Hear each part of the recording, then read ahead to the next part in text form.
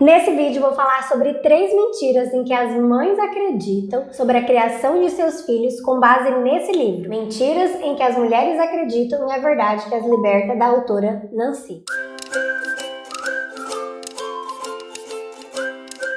Oi, eu sou a Keila, bem-vindo de volta ao meu canal Movimento aqui de 100 Neuro. É muito bom ter você aqui comigo mais uma vez. Esse vídeo faz parte de um quadro que eu tenho aqui no meu canal, Criando Filhos para o Reino de Deus. E eu vou falar aqui sobre essas mentiras com base cristã em que algumas mulheres estão aprisionadas. E são 3 mentiras que pode ser que você esteja aprisionado. Então, vem comigo para você saber quais são essas 3 mentiras e quais são as verdades para combater essas mentiras. Não existe maior capacidade de alegria e amor ou de decepção e dor do que a que pode ser encontrada no coração de uma mãe. Se o seu filho é um atleta famoso ou tropeça nos próprios pés, se ele é um gigante intelectual ou apresenta alguma deficiência mental, se ele cresce e se torna um diretor de uma empresa ou um criminoso inflexível, ela nunca para de ter esperança e de sonhar por aquela criança que um dia ela embalou em seus braços. É nesse relacionamento dos mais sensíveis com sua própria carne e sangue que muitas mulheres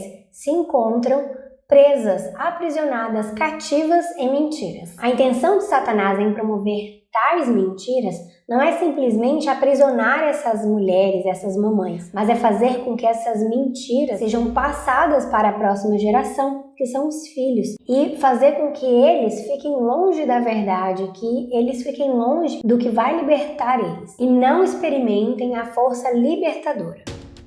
Se Satanás não puder evitar que as mulheres cristãs tenham filho, ele vai se esforçar ao máximo para atrapalhar a criação dos filhos delas, para trazer enganos, mentiras para elas. Ele usará a mesma tática que usou com Eva lá no Jardim do Éden, quando ele convenceu ela a comer o fruto proibido, convencendo-a de que ela precisava conhecer alguma coisa que ela não sabia. E como a gente sabe lá em Gênesis 3:7, Satanás estava certo. Quando Eva comeu, os olhos dela se abriram e ela aprendeu algo que ela não deveria aprender ou conhecer, que é a experiência do mal. Deus nunca pretendeu que eu e você conhecêssemos o mal pela experiência, por viver ele. Mas o que ele quer para nós é o que a gente vê aqui em Romanos 16:19, o final dele. Quero que sejais sábios no bem, mas simples no mal. A verdade é que a nossa tarefa não é criar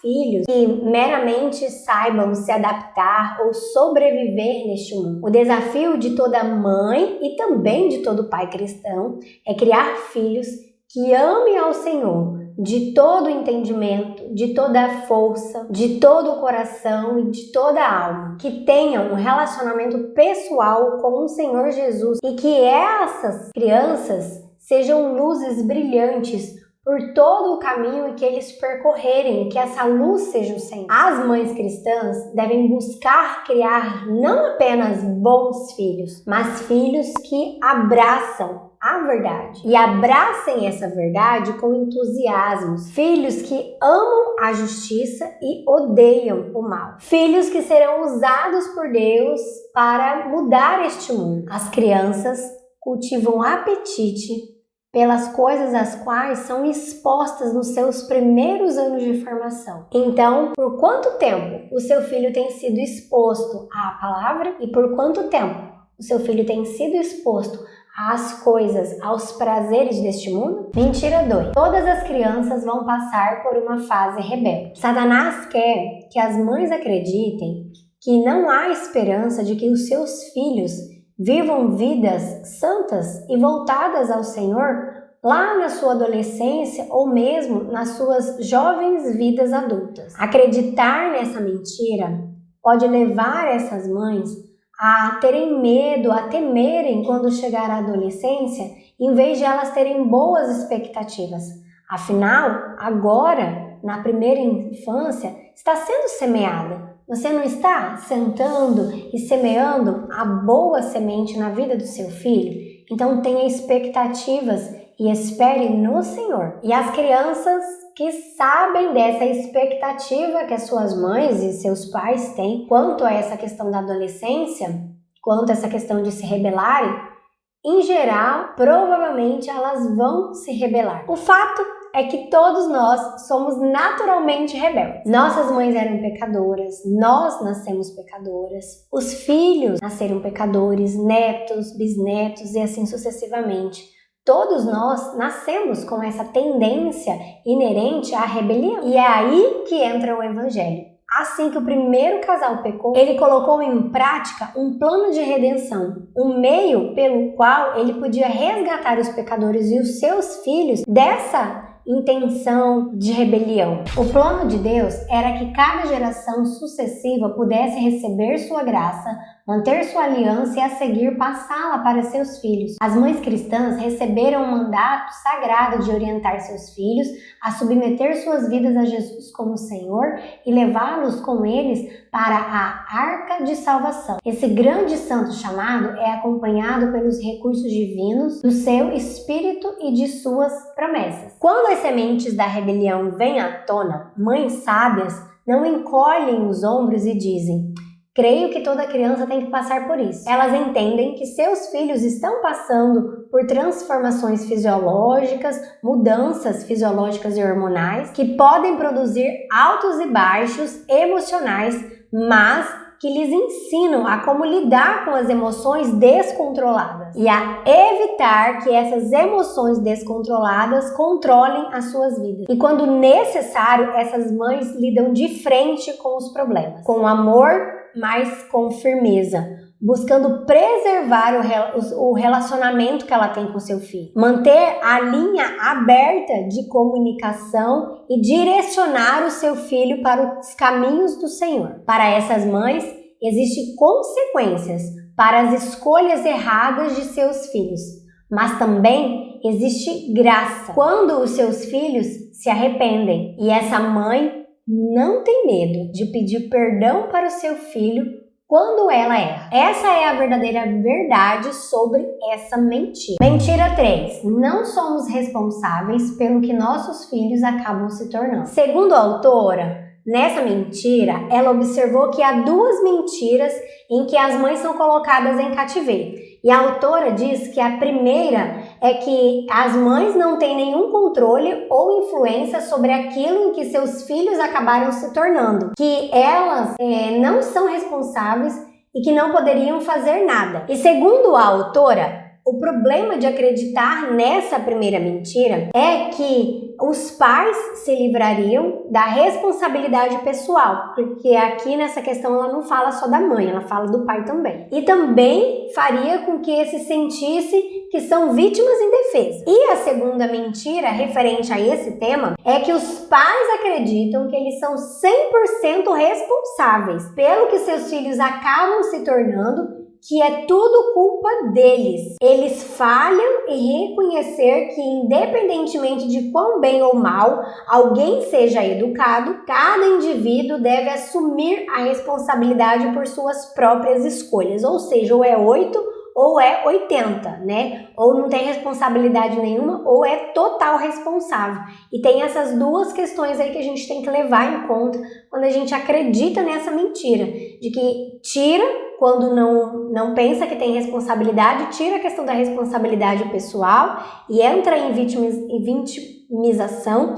E na segunda questão é que também não dá essa questão do indivíduo, no caso o filho, reconhecer a responsabilidade pessoal dele pelas escolhas dele. Quando as crianças se rebelam, Satanás faz com que a mãe oscile de uma mentira para outra. Eu não tenho responsabilidade nenhuma. Não, eu sou totalmente culpado. Ou os pais são derrotados pela vergonha, ou eles fogem para a irresponsabilidade. Ambas as mentiras são, na realidade, distorções sutis da verdade e podem deixar os pais desanimados, com um sentimento de desespero. E qual a verdade sobre isso? Ela traz pra gente 4 pontos que é verdade sobre esse assunto pra gente não ser cativeiro nessa mentira. Os pais exercem enorme influência na construção da vida dos filhos pelo exemplo, ensino e liderança que transmitem. Cada geração é responsável por passar para a próxima a herança de um coração que conhece a Deus